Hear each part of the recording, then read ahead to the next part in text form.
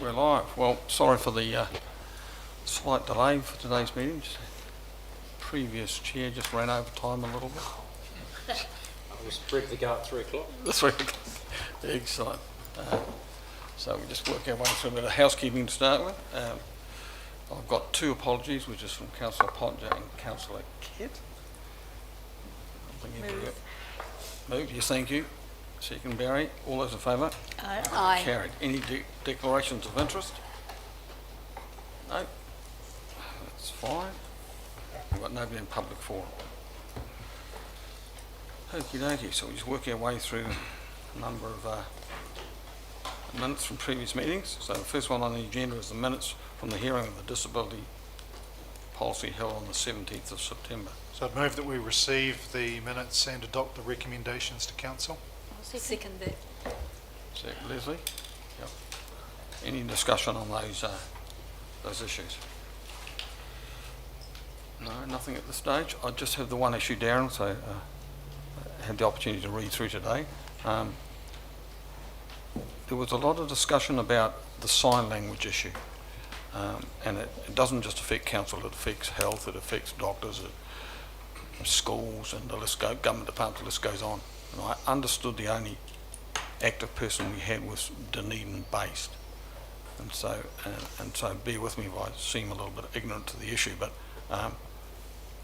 surely somebody coming in that was deaf would still be able to communicate with our front-facing staff by way of handwritten notes or potentially something on a cell phone, I guess.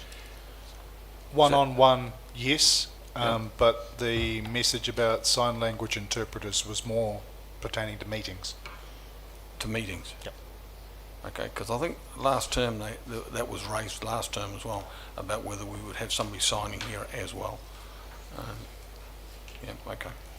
The feedback from many of the submitters on that issue was that they really want one in Invercargill / Southland, but to get that somebody has to want to come and live here with that skill set. And the submitters acknowledged that at the moment that is just not the case. Okay. They're well aware Dunedin is the closest. Yeah. Okay. All right, I've got a mover and a seconder. Any further discussion on that? All those in favour? Aye. Carried. Minutes of the meeting of council held on the 24th of September. Move. Mover, thank you. Trish, seconder. Any discussion about those minutes? No? All those in favour? Aye. Carried. The minutes of the Bluff Community Board held on the 14th of October. Grant, thank you. Barry, seconded. Any discussion about those minutes? No, that's very easy then. All those in favour? Aye. Carried. That was a blessing from the other side, was it? Minutes of the Community Wellbeing and Regulatory Committee held on the 15th of October. So move that the Darren? minutes are received and the recommendations to council are adopted. Yep. Second that. Yeah, Leslie, any discussion about those? No, there's none. All those in favour? Aye. Carried. The minutes of the hearing of the Environmental Health Bylaw held on the 15th of October. So again, Mayor Clark, move that the minutes are received and the recommendations to council adopted. Yep. Second. Seconder. Thank you, Ria. Any discussion about those minutes? And recommendations? No? All those in favour? Aye. Carried. I should have also mentioned that we've got one councillor on Zoom as well. Sorry, Alex. Minutes of the Risk and Assurance Committee meeting held on the 22nd of October. Move those. Thank you, Leslie. Darren, thank you. Any discussion about those?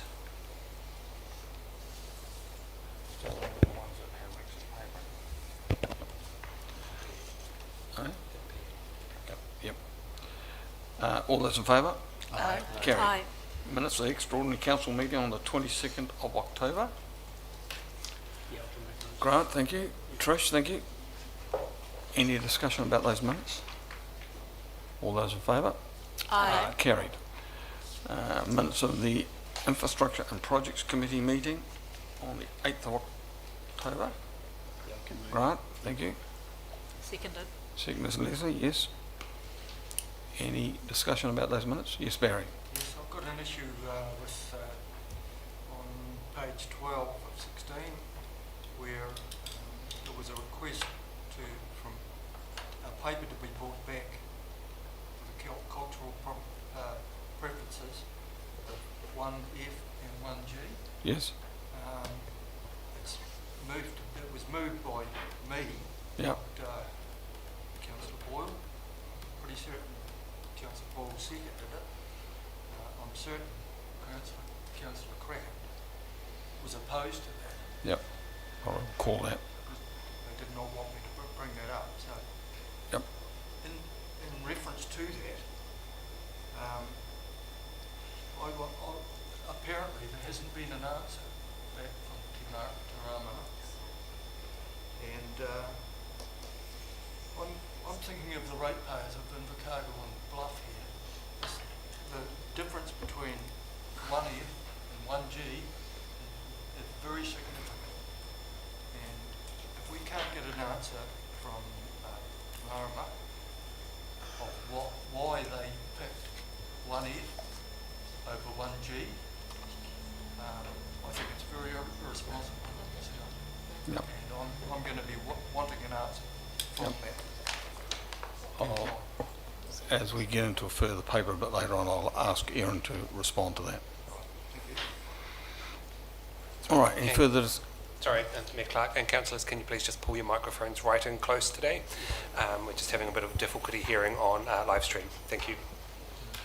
Was Councillor Stewart saying that the minutes had recorded the wrong mover and seconder for Yes. that motion? Just the mover, I think.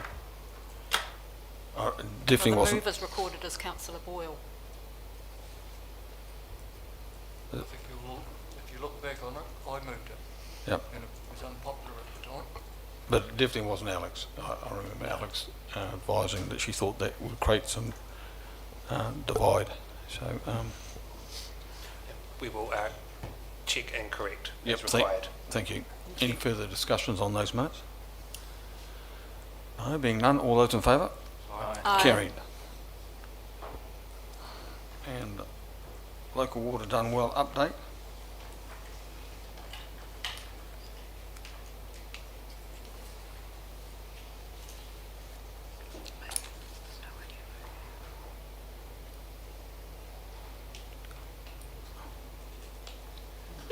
Sorry, Mayor Clark, these are the recommendations. So you've received the minutes. You haven't received any or passed any of the recommendations that came through from that committee. Yep. So included in that was the local water done well update that had a recommendation through to council. That will still need to be passed. And then there is the Bluff wastewater consent options, as well as the land transport program recommendation that follows.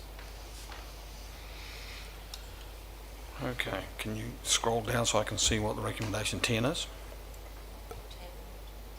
Okay, so might just pause there because I need some advice from you, Michael, about how we go about this, because I've declared with my colleagues that I intend to leave the issue of 1F on the table for a period of time based on the advice that I got back from the water regulator.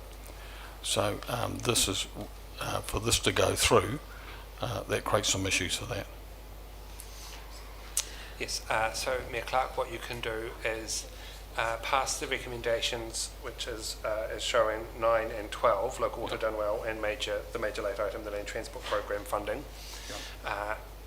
They can be passed with independent movers and seconders. As for the recommendation 10, you can leave that simply sitting on the table as a recommendation that's not being passed. That automatically sends it back to the Infrastructure and Projects Committee for reconsideration at the next meeting, at which time further advice can be provided to them about those consequences of the recommendation not being passed. Okay, excellent. So I'll recommend that then, that we move recommendation 9 and 12. I'll move her in a seconder for that. Yes. Tom and Grant, all those in favour? Aye. And I'll leave the other suite there, which sits in 11, on the table because we have, oh sorry, in 10, because we have further discussion later in the meeting on that issue. Mayor Clark, Mr Day has a... Oh, sorry, Michael. Thank you, through yourself, Chair. Just checking that it's just those recommendations that are staying on the table and not the future reports that are coming through in council papers later today. There's a report in relation to 1G, 1F that's later on the agenda. Yes, well, it is all of them. It's not just those ones there, so I do intend to leave all of them on the table. Through yourself, Chair, I'd have to say the statement as it's currently worded, leaving those on the table, we'd need a clarification in relation to timeframes, as leaving those infrastructure committee recommendations on the table beyond November 2024 would have a high risk of putting council into a position of having a non-conforming treatment plant. A council not applying and simply running a plant out of consent is an unprecedented position. I would request either the timeframe be stated as being no later than the end of November 2024, or that you pass a vote in relation to council, given that is a direct decision in relation to running the treatment plant into a non-conforming position. Well, two things in response to that. One is non-conforming is different to a current consent that expires. So I've had some advice from the Water Authority, which is Alan Pragnell's area, to say that two things. One, that there are roughly 50 plants in the country that are operating on expired consents, and that so long as we're not doing any damage by doing that, other than what some people perceive as reputational damage, that our Bluff plant is running efficiently, then there should be no risk with that. So we will get to this issue a bit later on, but it's my intention that we should not be galloping ahead of the advice that's coming from the water regulator in March next year. And if people think that's just me pushing a line, that's not the case. Alex, who's on Zoom, will affirm that that's the advice that we were given from the Chief Executive of the regulator at the conference last week in Dunedin, that we should be prudent and wait for the national standards which are going to change on water, including discharge water. So I think it would be reckless for us to jump ahead. So that's the decision on that. I'll give some thought before we get to that later and think about whether we have a further meeting. Chair, I need to do a correction of fact. Just in relation to your non-compliant Yep. and non-consented. Yep. Non-conforming would mean that we actually have a non-consented treatment plant at the end of 2025. To meet that time frame, you would need to have a consultation undertaken by a decision by the end of November. Should you not have a consultation process in place, then you do have until the end of April 2025. But should you not meet any of those two deadlines, then by December 2025 you will be in a non-consented, therefore non-conforming Yep. treatment plant. And you'll hear me talk a little bit later on about the risk of doing so. Leslie. Thank you, Mr Mayor. Given the concern of the Chief Executive and the facts behind that, Yep. and the timing of our meetings, we can surely agree to bring this up in November before the end of November 2024 to consider this matter. Yep, certainly. We certainly don't want to put ourselves in that invidious position. You're quite right, and that's why I've left it open-ended at this stage. And I will get further advice from the regulator, the water regulator. Mr Day also sat in the meeting with the Minister on Friday last week, and he was quite clear about this issue around two things. The suite of options that would be open for wastewater consenting, and secondly, the position that the government feels that the regulators, which in our case is Environment Southland, and others are inconsistent on their application of the rules.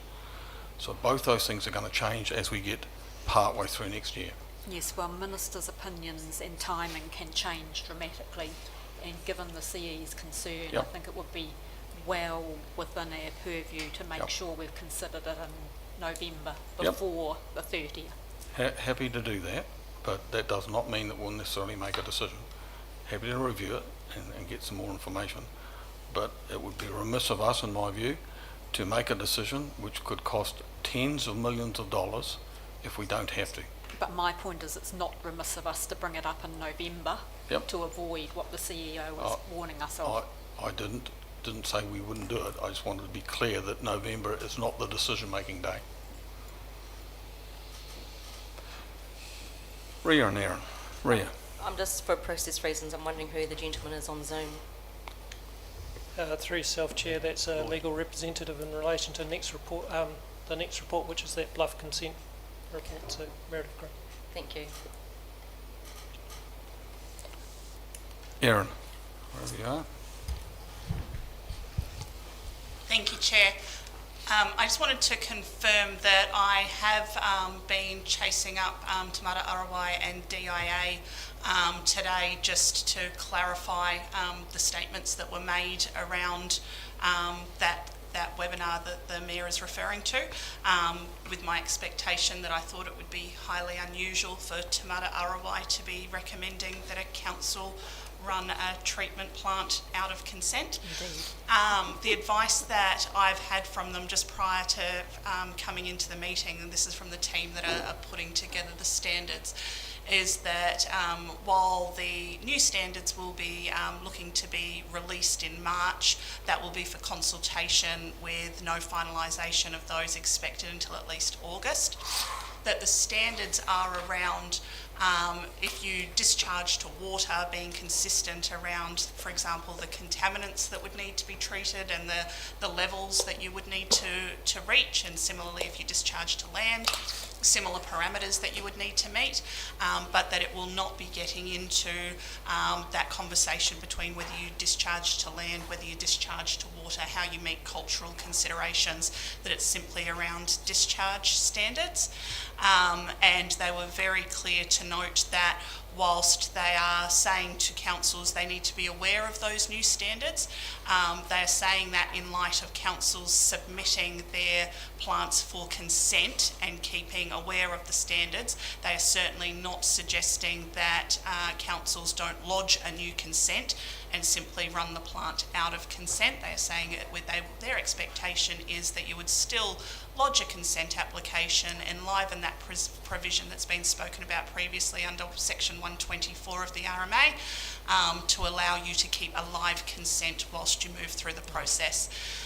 Their advice was also that, based on the advice that I'd provided from Stantec, that our plant at Bluff does provide a high level of discharge quality, that it is unlikely that we would see a significant impact by those new standards. It would simply be around looking to get other councils to get up to those similar discharge standards. Yes, well, all very well for you to have a discussion with mid-level people in the department, and you may well laugh, but I've got in front of me the sheets that were shown, and it wasn't women, it was a physical meeting, and there were a series of questions. And the chief executive clearly said to us the time frames, and so these standards will go to the minister in May 25, not at the end of 25, and that's on the spreadsheet here. The overheads that were used, and they clearly said that they are going to develop standards in 3 areas: discharge to ocean, discharge to fast water, which I assume means to a river but not to an estuary, and discharges to sensitive areas, and they didn't clarify the sensitive areas. So I'm not going to jump us into galloping through this until I know what the expectations are, as Leslie suggested. Happy to have another meeting about that. That's not to say that we'll necessarily make decisions at the end of that meeting. It is not the end of the world to run on a consent that has expired. For those that have been around long enough, you know that Dunedin ran 20 years on one and got no consequences for it. So I'm not suggesting we do that, but this is a decision that we will make here and will lead us into the decision at Clifton that has multi-million-dollar costs attached to it, and some have suggested in excess of $200 million. And so we need to be extremely careful that we make the right decisions, otherwise we load up our ratepayers for the future, and I'm not going to do that today. So, so we've put aside options 6 through 9. They're being left on the table. Yep. Number 12.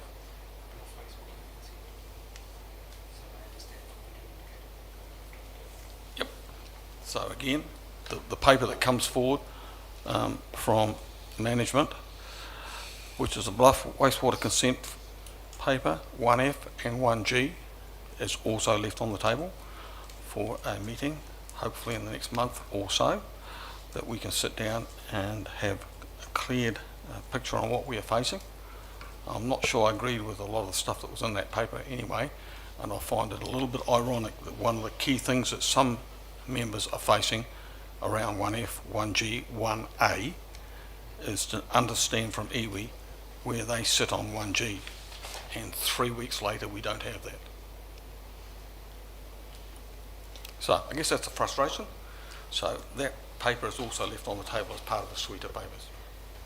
Through you, Chair, should we at the same time plan another workshop? Absolutely, that's what I think. Because I mean, it does seem to me that the sort of discussions that we need to have are better held in a still public, but better held in a workshop type environment. Certainly. Where there's a freer flow. I mean, we could do that mid-November or something. Exactly. So Yep. that, in the event that we were able to come to some resolution, we were able to Yep. take it to an end of November meeting. Yep. I'll come back to other speakers first, just reply to you, Tom. Yep, Leslie suggests that, quite open to that. I think that would be a wise way forward, just to allow us to gather more information. I think if I put a vote today around 1F, there may not be the support for that, but there may also not be the support for 1G. And that does not sit well with all of us if we get into that rabbit hole. Excuse my French. Evelyn. A point of clarification. Yep. I didn't make a declaration of interest because I understood from correspondence that this matter was not going to be canvassed today. So, On the other hand, I've also, I think, heard you say that you were going to ask me for some clarification. No. So I'm a little bit puzzled because my consistent policy has not been to speak as to this matter in public meetings. What exactly are you asking of me? What exactly am I allowed to talk about today? Where precisely do the mana whenua reps sit in this particular conversation, or are we not going to have it at all and just other people talk around it? well, I can clarify that for you. The first thing I suggested in the email that I sent to you all, which was the second of the two emails I sent, was that I wasn't asking you personally. I was asking Pānia on behalf of Aru where the land would lie with their opposition to 1G. I wasn't asking you for anything. I don't have any issues with people sitting around the table who may be perceived as having a conflict in this. I think it's a healthy thing that you're all here. We need to know where people stand on it. It's no good having people sitting away from the table and not having a voice on this really important decision. So when it comes to having the workshop in, as Tom and Leslie have suggested in November, it would be really healthy for both delegates to be present. So as a follow-up to that, Yep. there's a difference between Ms. Coote speaking on behalf of Awarua Yes, and a clarification of the position of Te Ao Marama. sure. If I'm being asked to provide that, I need to know that, because I did not seek, I have read the email, I did not seek any information additional this morning because I did not believe it was going to need to be spoken to. Well, it's not going to be spoken to. Thank you. Yep. Thank you for the clarification. Yep, that's fine. Item 13, which is the Eastern Cemetery Expansion Project. A mover and a seconder. Oh, Caroline. Welcome. I won't mention what happened to your manager. We'll just keep that to you and I. Oh, sorry, your Manchester United manager I was talking about. Very good. Good afternoon. Just to, well, the paper I brought before you is to seek a drawdown from the reserves, from the cemeteries and crematorium financial reserves, to enable us to actually do some water table drainage issues. We have had some success on one of our blocks, which has enabled us to know that we can now expand that work, but we need the financial reserves to do so. We're looking to actually have a 10-year plan of work, well, a 10-year expansion to enable us to have 10 years of space in the cemetery. Would like any questions from the paper itself? Yep. Darren? Thanks, Mayor Clark. I'm happy to move the 6 recommendations, noting that the funding is coming from existing reserves. I'm very happy to second that, because I've certainly been approached by a number of people with major concerns about the water issues at the Eastern Cemetery, Yes. who will be delighted Yes. at us making this decision. Thank you. Any further discussion? Yeah, Evelyn? And not that I'm against this, but noting that there are considerable issues also at Green Point, and I don't see that being addressed in this conversation. I know it's about Eastern Cemetery, but the complaints, the issues that we have had at Green Point are not any less significant. In fact, having to have people stand on coffins to stop them floating has been within my personal life experience, not something that I want to see happen again. I can't imagine that it's any worse at Eastern than it is at Green Point, but I don't see anything addressing that. So in the interest of equity, could we have that conversation as well, please? Yeah, Caroline's nodding her head and was taking some notes, so that's duly noted. Any further discussions? Grant? Yeah, thanks, Chair. Just like to understand a little bit more about the cost and how that the process that's been worked up, and then what sort of controls will be in place around the expenditure. So we've got to go through procurement, Councillor Dermody. The costs have been worked up because we've actually done a drainage work on one of the blocks already, and this is an expansion of that work, so we're quite clear on what the cost would be, having done it on the block next door. Okay. Any further questions? Right, we have a mover and a seconder. All those in favour? Oh, sorry, Aye. Tree. No, it's right, No, sorry. you're right, sorry. Carried. Great South letter of expectation. Welcome, Trudy. Long list. Kia ora, Mayor Clark, councillors. This is a summation of the work that you yourselves did during a workshop recently.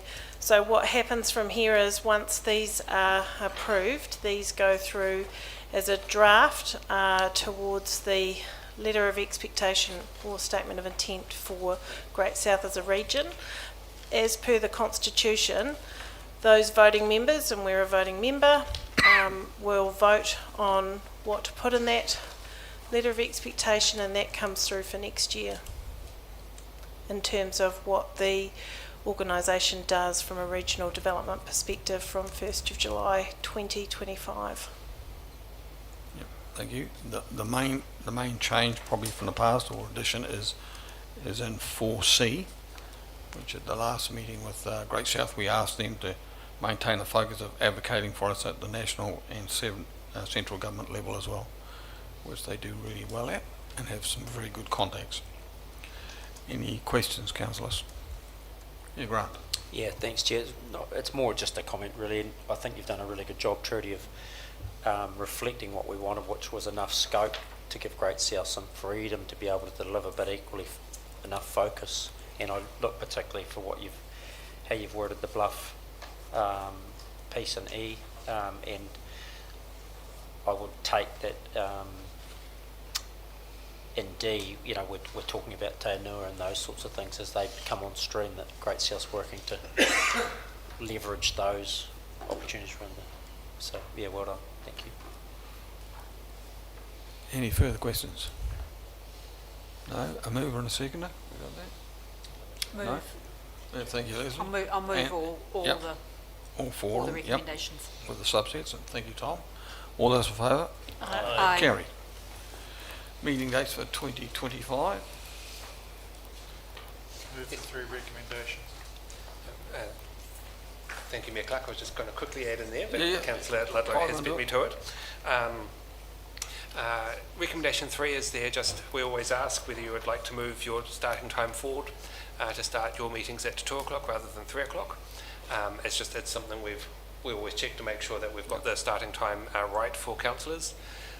And then the other 2 points to note are there are no meetings through most of early January. That is because we've got building work going on here, so that will be good to have that done. So that will end the serenading from the string quartet going forward. And then secondly, of course, you'll also see a time that's personally exciting for me but challenging for all of you, and that is the elections, and take the opportunity, because the election schedule is in there, we're now under a year to go. And excitingly for me, it means that there are no more by-elections we can have this term, so I'm always pleased with that. And with that, Mayor Clark, I'm very happy to take any questions, especially around that start time proposal. So, any questions? So, as the mover, Mayor Clark, Yes. I was assuming, and I'm aware of what assumption is, Yep. maintaining the 3 o'clock starts, but I'm open to that Okay, being thank changed you. if there was sufficient. Sure. Alan? I personally would prefer a 2 o'clock start as opposed to a 3 o'clock start. Not for any reason except that, if we're going to go late, late's 5 o'clock, not 6 o'clock. Yep. And sometimes late in recent times, Ria? I also support the 2 o'clock start time. due to Sorry, the fact- two? 2 o'clock Two. start time, and that's because the content of what we get given sometimes, it takes us some while to get through it. Then we're Yep. here after dinner time, and your concentration just Yep. depletes. Trish? I'd prefer 3 o'clock. There are Three? three. Three, yeah. There are a number of meetings that we have at 1:30, 1 o'clock, 2 o'clock, and that would end up probably moving into the morning. I'd much prefer to keep it, from my point of view, that way. Yep. Any other, Grant? Yeah, I was actually going to make a comment, or ask a question about thing, but the 2 o'clock, 3 o'clock, I'm easy on. I'm not worried either way on the Okay. 2 or 3. Yep. Does it reflect? I think you've done a really good job of giving school holiday time, making that light, particularly for staff. That's reflected in the scheduling. Yeah, I think that's a good concept. Yep. Evelyn? So not that it's particularly going to affect me, but thinking about how late we have gone several times this year, starting an hour earlier, and I take on board the comments others have made, every person's situation is their situation, but the going home consistently over this last few months after 6 o'clock and sometimes after 7, and on one memorable occasion 8:30. being after 8, can I just say that I think that that hour earlier may enable most people to get out of this building in time to actually sit down and have tea at a reasonable time, as opposed to going home and feeling absolutely defeated. You haven't had anything to eat, but you've still got to, I just think we need to do better. The incoming councillors, however, and I'm going to caveat this, may actually have their own preferences, and for many of us this will not be us, and so how much do we tie up the future us with the decision that we make today? Yep. Steve? Yeah, just so it's on record, I guess. I understand we all run different lives and different schedules. I think of parents that might want it earlier to be home early for kids. I also run a pretty full-time job as well, so I like the fact that it starts at 3, and that will affect many people and their opportunity to run for this council as well. So bringing it forward for me, not just for me, but also people that are in different instances, school teachers, labourers. I think a later start is more representative of certain people's day jobs. Don't want any more school teachers. What's that? Don't want any more school teachers. Come on. You and Trish are enough. Grant, you No bias accepted. Darren? Yeah, I'm very much in favour of 2 Oh, that's o'clock. okay. My day's shot anyway when I come for a meeting here, so, yeah, we've had really long meetings. Yep. Pretty regularly lately. So, yeah, if we start an hour earlier, what Evelyn's saying is quite true. When you get home at 8:30 at night, you don't feel like doing anything else, you don't feel like cooking tea or anything. So, yeah, it just gives us another air of grace, and we finished it with that air early. Yep. Tom? Well, I'm happy either way, but I think the split would be that people who, have full-time or, nearly full-time jobs, it means you've got to get an extra hour of work.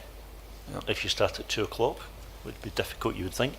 On the other hand, people with families might want to try to get back within a reasonable time of school, so there's a kind of natural split. And I noticed that, I think it was government, in one of the recent papers talked about how councils should be thinking about changing their times to try to increase the participation rate of younger people.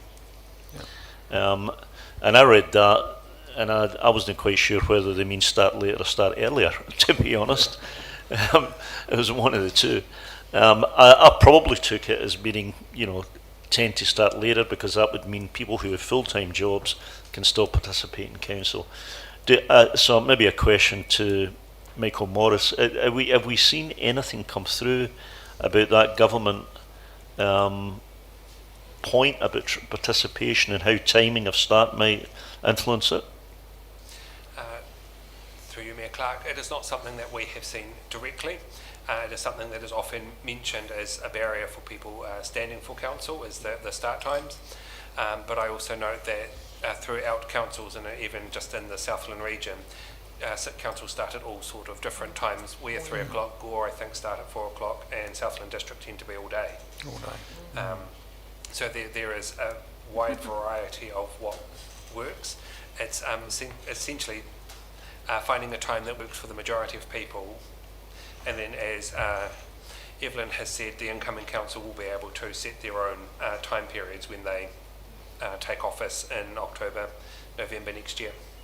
If we did start at 2 o'clock, it would be an opportunity to give that a go, so that the incoming council could get some advice on which seemed to work better. Yep. Leslie? Our change from 4 o'clock when I was first elected to council to 3 o'clock was a reasonably discussed point that most people were able to agree with at the time, and which fitted in with work and largely with home life. Home life, although it made some school pickups a little bit difficult, but 2 o'clock, I think, as someone else has referred to, is meaning that when we have additional workshops, etc., which we have tended to set at 1:30, so as not to interrupt the working life of the morning and people's lunchtime, I think takes away the option of us having the workshops that we are finding increasingly necessary. Okay. So although I could live with either, it would slightly disrupt my work life to be 2 o'clock, because a lot of legal cases take place at 2, but my tendency would be to say that we stay with 3 and leave it to an incoming council to reflect, as we did when we changed from 4 to 3. Okay. Darren? Having stated at the outset that I was ambivalent, I've formed an opinion. Oh, you're not allowed to change your mind. You've listened. Well, why not? That's how listening goes. I agree with the statements about us having gone late, and as someone who undergoes a pretty physically harsh change as those meetings go on, and the risk of me actually losing the plot becomes real, and I can fix that by taking sugar, which I can assure you is a rubbish option in the long term physiologically for me. It's not great going late. We accept when we come on council that it's a commitment. I think people who've never been on council before don't understand what a commitment it is time-wise, and that's not just in meeting times, but obviously the amount of reading that we have to do. As a rule of thumb, I've had a pretty good talk with my employer, and I can just about rule out Tuesdays for council. It starts to annoy me when it creeps on to other days of the week for workshops, but sometimes that's unavoidable and isn't the norm.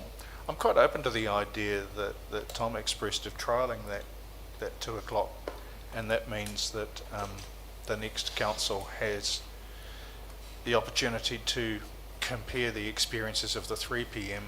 versus 2 p.m. versus 4 p.m. or as it was when I started in 98, 4:45, 45 minutes of meeting and then a tea break, which was just ludicrous. So I'm leaning in the 2 p.m. trial bucket at this stage. And Alex, given you've got work and family? Yeah, I'm much in the similar position as Darren, as I've negotiated with my employer to pretty much rule out Tuesdays or have them as flexible options. So the only time it really affects me is when it does run really late and I have to work out childcare arrangements for my daughter after school. So I really as a whole, I'm not bothered either way. I'll make it work. Okay. Any further discussion?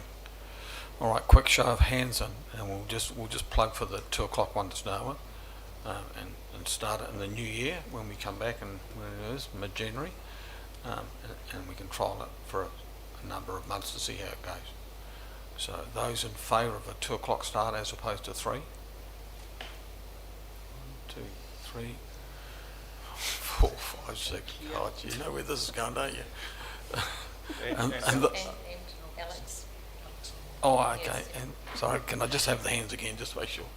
1, 2, 3, 4, 5, 6, 7. Myself 8, 9. Okay, 2 o'clock it is. We'll just see how that goes. So item 16, I'm putting to the end of the agenda, just to the opening. Oh, sorry. Barry's a seconder. All those in favour? Aye. Carried. Aye. So 2 o'clock it is. Obviously, agenda item 16 involves me, so I'll just pop at the end of the open part of the meeting so that Tom can chair that. So just 2 other quick things. Item number 17, which is a flag, coat of arms and other emblems policy. Michael? Yes. Sorry, thank you, Mayor Clark. Yes, that is me. So this one has been some time in gestation. I have learnt a lot about the etiquette of flying flags, far more than I ever knew that I needed to know, and actually just how many flagpoles are actually within the city and within the council's jurisdiction. I was somewhat astounded. The idea of this policy is to provide some guidance to staff in relation to when and how we fly flags around our controlled flagpoles, but specifically the flagpole outside the council building for such time as we are obviously there. It was also the opportunity to actually sort of formalise some arrangements relating to our other emblems, so our coat of arms, but also our logo, to make sure that we had a consistent approach in place for how they're used, but also how other outside agencies and organisations can approach us to use, for example, our logo when we are supporting things. So it was an opportunity to sort of bring that all together into one document, and I'm hopeful that we have landed in a right place. And I also just want to provide a very quick shout out to Hannah Kennedy from our policy team. She did an amazing job wrangling my thoughts into the policy you see before you today. I hope she spelt it better. Right, questions? Leslie? It's not a question, it's just a comment that it's a very reasonable and well thought out policy, and I think it puts in place a lot of things that needed to be in place. I do think that actually putting in writing that the flags only of those countries recognised by New Zealand as sovereign states is useful. We will of course continue to get some requests, as do all councils for non-recognised flags, etc., and that's part of the political environment. But it's, I think this is a well-reasoned policy, and I'm very happy to support it, and in fact move the recommendations when it's appropriate to do so. Yep. Thank you, Tom. So I have doubts about flying flags on national days of countries that are recognised. The problem is, for me, there's 195 countries in the world, all of which have national days. We are becoming a more varied city with people from all over the world. We feel that the Indian flag was flown fine. You know, how do we feel about the flag of Russia being flown? Or the flag of Israel being flown at the moment? Or the flag of any Afghanistan, any one of a number of countries which New Zealand recognises and which we might actually be comfortable, but it's divisive, I think. So I don't have any problem at all with the idea that when we've got a visiting dignitary or an ambassador or something that we fly that nation's flag. But national days, firstly, there's so many of them and many of them clash. They're not neatly like, 185 days through the year. Many of them are duplicate, even triplicate on the same day. But also I think it's politically fraught. If we accept it for some, we have to accept it for all. And how would we feel today with the flag of Russia flying outside, given what's happening in Ukraine. So I don't feel comfortable with that part of the policy. Yeah, I understand where you're coming from. Russia, Palestine, North Korea, the list goes on. So, yep. Well, Palestine's a perfect example because we don't recognise Palestine, do we? So you'd have the situation where we would be prepared to fly the Israeli flag, Yep. but we would not be prepared to fly the Palestinian flag. Correct. So there's all sorts of... Yep, twists and turns. The caveat at the end of the policy is that the chief executive has some wide sweeping powers to either agree or disagree, doesn't it? Yes. Evelyn. Just I have a question about the flags at the War Memorial. I notice with some delight that we are going to allow flying the flags of the Aboriginal nations and Torres Strait Islanders, but note with concern that that does not apply to anything that is to do with New Zealand Indigenous people's rights, including we don't see any mention of an emblem of the 28th Māori Battalion or such like things which we could and perhaps should do, given that there were people from this area fought with the 28th. I'm uncomfortable with the disparity between how we are treating our brothers and sisters in Torres Strait and the Aboriginal nations to how we treat ourselves. So just raising that as an issue for the flags at the War Memorial. Other than that, I too am delighted to see that there's a policy. I'm a little bit not as conflicted as the Deputy Mayor about the number of nations, because they're not all sovereign states, but the potential for flying flags of nations that are in contentious situations, like Russia having invaded Ukraine, or states that are suppressing their peoples that we might feel politically not engaged with. I think it's healthy to have a policy, because that way there is things that we can measure ourselves against and things that we can discuss as we go forward and mature as a city in this particular relationship with a tikanga that used to be really common when I was young. As somebody who had to unbox the flags for quite regularly for City Council to fly at different occasions, because they used to live at the swimming pool. It was one of my jobs. But I think it is really to be commended that the governance staff and support have done this for us. Thank you. Alan. Yeah, I agree with what the Deputy Mayor said too, I agree with them totally actually, because even though some of these countries on their National Day, you know, they've been independent for a long time, there are still countries that are in conflict with them who also live, whose residents also are now resident of New Zealand as well.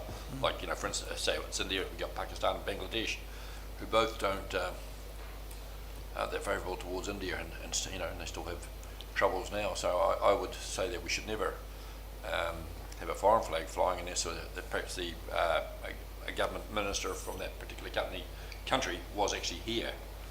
I see no other time it should be flown. And we don't want to be making choices.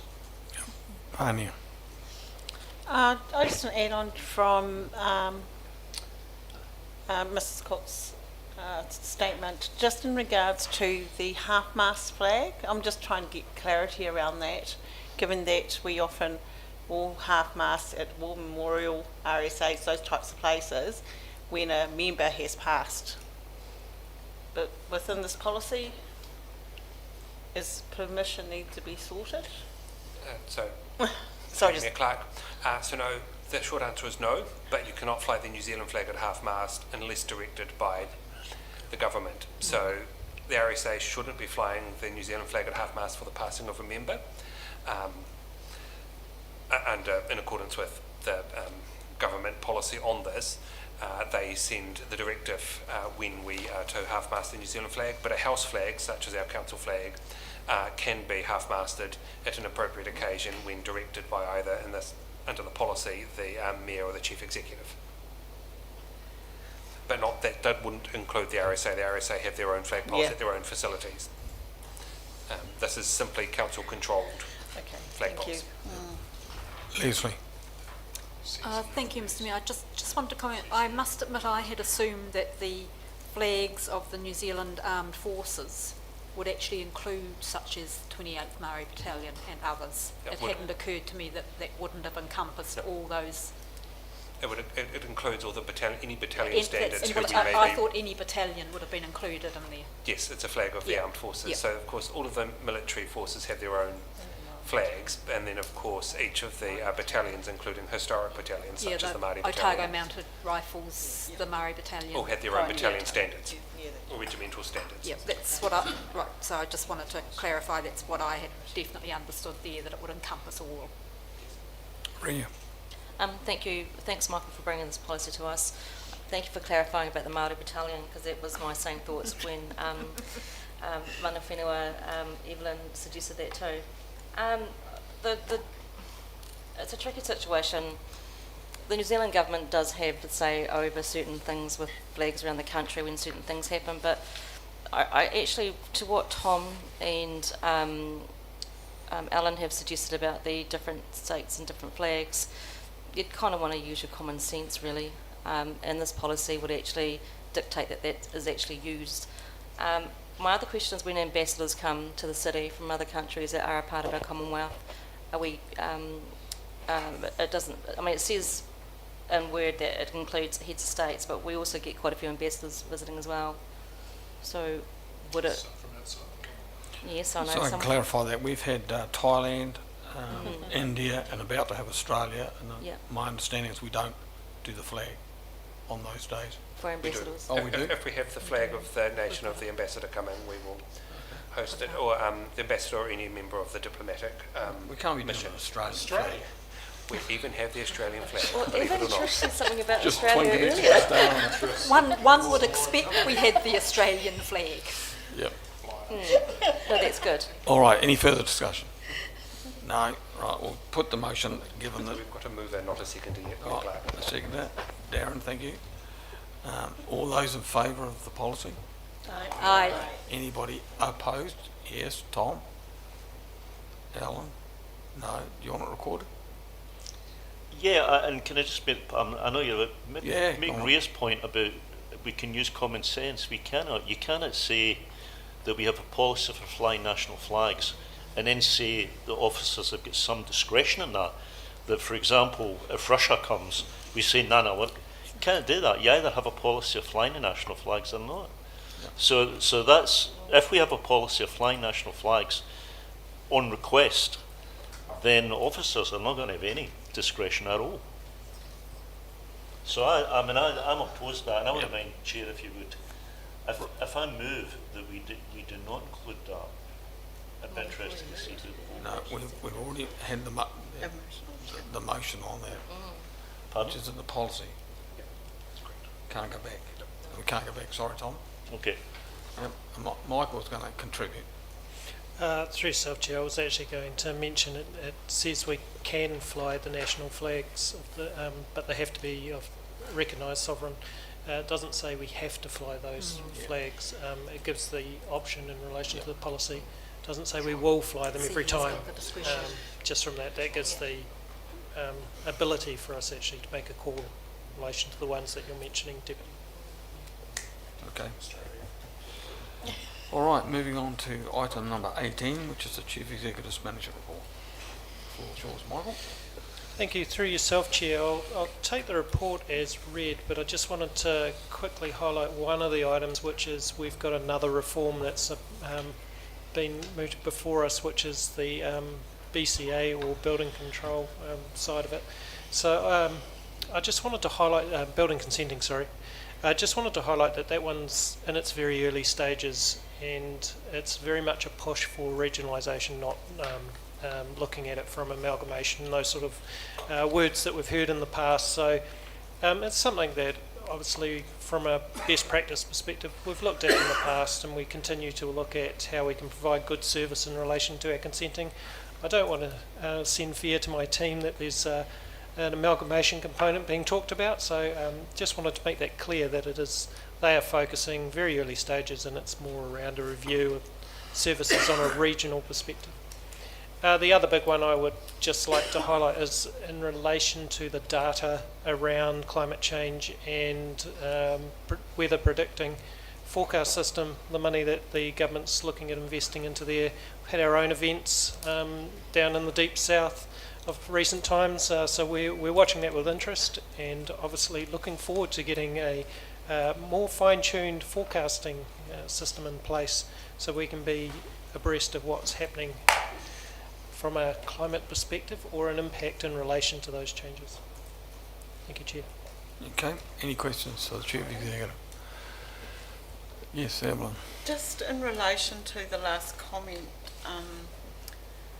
was today, the whole issue of the recent weather events and the long duration of the rainfall events. Are we going to get a report to this council as its impact on this council of this recent? I mean, there were places that I got antenno reports that roads were closed and things like that. How much impact did that have on the ability of our community to get around?